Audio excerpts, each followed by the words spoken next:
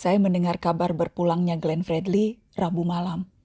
Saya tengah bersiap menuju live Mata Najwa di studio ketika Dr. Tompi menyampaikannya. Tidak mungkin, mana mungkin. Saya masih berupaya menyangkal apa yang saya dengar dari Dr. Tompi. Sampai akhirnya saya menyerah dan kami bertangis-tangisan di telepon.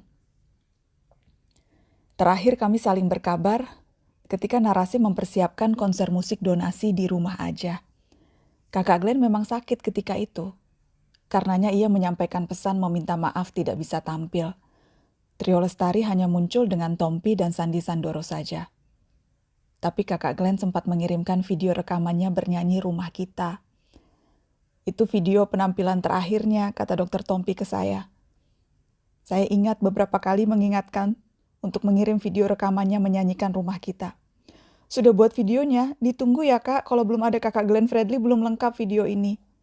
Berulang kali saya menerornya ketika itu. Video itu akhirnya ia kirimkan. Dan baru kemudian saya tahu, ia menahan sakit saat menyanyi dan merekam dirinya sendiri menyanyikan lagu Rumah Kita. Saya membaca lagi percakapan itu. Tambah hancur hati saya. Ya Allah, andai saja saya tahu itu akan menjadi percakapan terakhir kami. Saya mengenalnya sejak lama. Berulang kali ia tampil di Mata Najwa. Dan ia tidak pernah hanya bicara tentang musik. Kakak Glenn bicara banyak hal lain tentang demokrasi, toleransi, dan pentingnya berbagi kasih. Kami juga sempat berkeliling. Ia pernah ikut saya ke Makassar dan saya pernah ikut kakak Glenn ke Ambon. Jika diingat-ingat kembali, momen-momen penting dalam karir saya selalu ada kakak Glenn.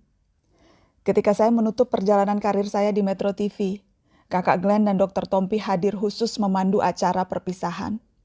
Ketika saya galau masa-masa jeda dari televisi, kakak Glenn mengajak saya yang tidak bisa menyanyi ini untuk tetap terlibat dalam konser ulang tahunnya. Kakak Glenn meminjamkan panggungnya yang megah itu dan memberi saya tempat untuk tampil. Ketika saya memutuskan memulai perjalanan baru membangun narasi, kakak Glenn juga salah seorang pertama yang tanpa pikir panjang mengatakan siap bergabung.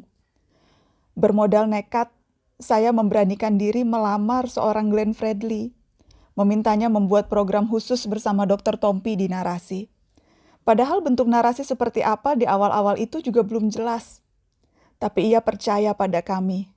Sedemikian percayanya sehingga membatalkan rencananya membuat program serupa di televisi nasional dan memilih Narasi sebagai rumah barunya. Ia sangat populer sebagai musikus yang menembangkan cinta. Lagu-lagu syahdunya minimal pernah didengar sekali dalam seumur hidup oleh penduduk Indonesia manapun. Bagi banyak kaum muda, salah satu atau dua lagu kakak Glenn akan mengingatkan mereka pada satu fase dari masa muda yang mengharu biru. Suaranya menemani banyak dari kita melewati hari-hari yang sulit ataupun baik. Tapi percayalah, hayat dan karya kakak Glenn bukan cuma tentang cinta dalam pengertian romansa. Pada awal dan pada akhirnya, cinta dalam hayat dan karya kakak Glenn adalah tentang kemanusiaan. Saya pernah mengajak kakak Glenn tampil di Syihab Syihab bersama Abi Quraish Syihab. Ketika itu bulan Ramadan, kami bertiga hadir di Masjid Bait Al-Quran, menunggu berbuka puasa sambil berbincang tentang keberagaman dan kemanusiaan. Sesuatu yang selalu dipegangnya sejak kecil, karena ia kerap diajarkan bahwa semua kita bersaudara tanpa melihat latar belakang agama. Ia bahkan pernah menjadi produser dan menulis lagu album musik bernafaskan Islam yang bertajuk Hidayah. Dia adalah sahabat kaum marginal. Dari soal GKI Yasmin, petani Kendeng, warga Tanjung Benoa dan Aru, keluarga Tapol Maluku dan Papua, dan banyak lagi. Ia adalah pembela hak asasi manusia yang gigih walau tanpa banyak orasi.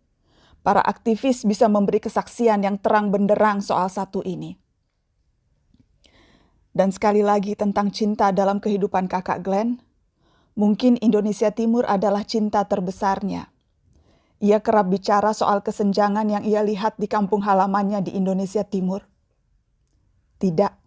Ini bukan tentang Ambon atau Maluku yang merupakan tanah kelahirannya belaka, tapi seluruh tanjung dan selat, pantai dan bukit, hutan dan desa-desa di seluruh pelosok timur Indonesia.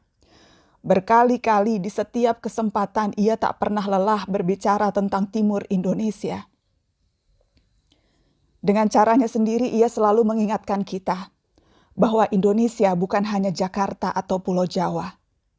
Glenn Fredly adalah juru bicara dengan suara paling indah tentang keberagaman Indonesia. Dan betapa keberagaman itu masih timpang di sana-sini. Dan tugas kita bersama untuk memperbaikinya dengan segala cara yang kita bisa. Bukan hanya belantika musik yang menanggung. Bukan cuma penggemar setiamu yang merana.